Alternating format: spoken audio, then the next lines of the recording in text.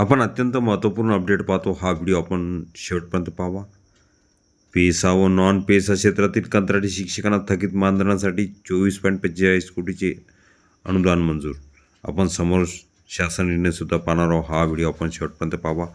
नमस्कार मित्रांनो, चॅनलमध्ये आपले सर्व स्वागत आहे. तत्पूर्वी आपण नवीन असाल चॅनलला आता सबस्क्राईब करा, समोरील बेल आयकॉनला क्लिक करा. निश्चितच नवनवीन अपडेट अखिल तांबूसर क्लासेस चॅनलमार्फत सतत आपल्याला पाहायला मिळतील. पाहूया सविस्तर. राज्यातील पेसा व नॉन पेसा क्षेत्रातील कंत्राटी शिक्षकांचे थकीत मानधन अदा करण्यासाठी महाराष्ट्र शासनाने मोठा निर्णय घेतला असून आर्थिक वर्ष 2025-26साठी तब्बल 24,45,24,600 रुपये इतक्या निधीच्या वितरणास मान्यता देण्यात आली आहे. शालेय शिक्षण व क्रीडा विभागामार्फत जारी करण्यात आलेल्या शासन निर्णयानुसार राज्यातील 3,501 कंत्राटी शिक्षकांचे प्रलंबित मानधन देण्यासाठी ही रक्कम आयुक्त शिक्षण महाराष्ट्र राज्य पुणे यांना वितरित करण्याचे येणार आहे. निधी वितरणाची पार्श्वभूमी. वित्त विभागाच्या 29 जानेवारी 2026च्या परिपत्रकानुसार सन 2025-26चे सुधारित अंदाज मंजूर होईपर्यंत कंत्राटी सेवांसाठी केवळ 90% निधी वितरणाची मर्यादा निश्चित करण्यात आली होती.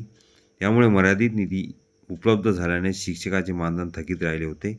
या पार्श्वभूमीवर शासनाने जिल्हा परिषद व पंचायत समिती अधिनियम 1961 अंतर्गत कंत्राटी सेवासाठी मंजूर निधीमधून ही रक्कम वितरित करण्याचा निर्णय घेतला. एकूण गरज आणि निधीची तरतूद. शासन निर्णयानुसार कंत्राटी शिक्षकांना मानधन देण्यासाठी एकूण 54,05,84,000 रुपये इतक्या निधीची आवश्यकता होती.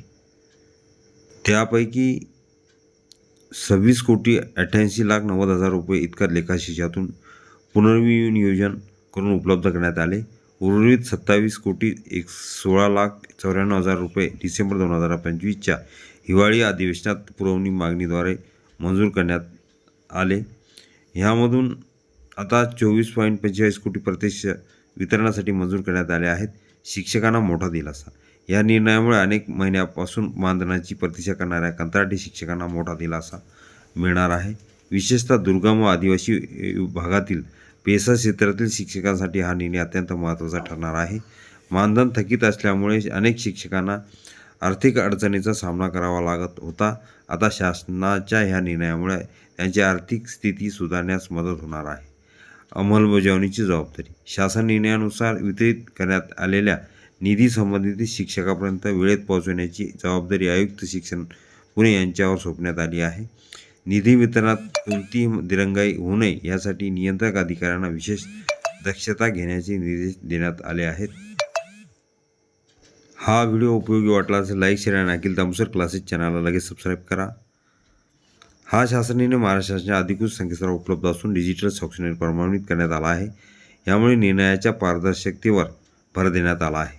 शिक्षक संघटनाकडून स्वागत. या निर्णयाचे विविध शिक्षक संघटनांनी स्वागत केले असून उर्वरित निधी लवकरात लवकर वितरित करण्यात यावा अशी मागणी त्यांनी शासनाकडे केली आहे.